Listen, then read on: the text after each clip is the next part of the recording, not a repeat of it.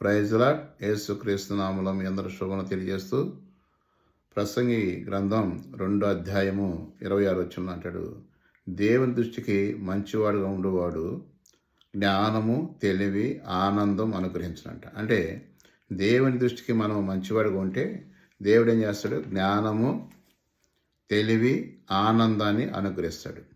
కొలస్సీ పత్రిక 2వ అధ్యాయంలో 3వ వచనంలో కూడా బుద్ధి, జ్ఞానములు, సర్వసంపదలు ఆయన యందు గుప్తమై ఉన్నాయి. మనకు కావాల్సిన లోకంలో బతకాలంటే జ్ఞానం కలిగి ఉండాలి, మంచి తెలివి కావాలి, తర్వాత ఆనందంగా ఉండాలి. ఇవన్నీ ఎక్కడి నుంచి వస్తాయంటే దేవుని యొద్ద ఉన్నాయి. నువ్వు కానీ దేవుని యొద్దకు వస్తే, నువ్వు దేవుని దృష్టికి, దైవ దృష్టికి మంచివాడుగా ఉంటే నీకేమిస్తాడు? జ్ఞానం ఇస్తాడు, తెలివి ఇస్తాడు, ఆనందాన్ని ఇస్తాడు. ఇవి ఎవరు కూడా దొరికేవి కాదు, ఈ కొనుక్కునే కాదు.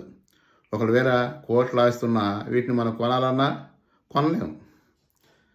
జ్ఞానం కొనగలుగుతావా? బుద్ధిని కొనగలుగుతావా? తెలివిని కొనగలుగుతావా? ఆనందాన్ని కొనగలుగుతావా? కొనలేము. అయితే ప్రభు అయిన యేసుక్రీస్తు వారు ఉచితంగా ఇస్తానంటాడు. ఆయన దగ్గరికి వచ్చేవారికి ఉచితంగా ఇస్తాడు. ఇవి పొందాలంటే దేవుని దృష్టికి మనం ఏమి ఉండాలి? మంచివాడుగా జీవించాలి. ఈ మాటలు మనం హృదయంలో ఉంచుకుందాం.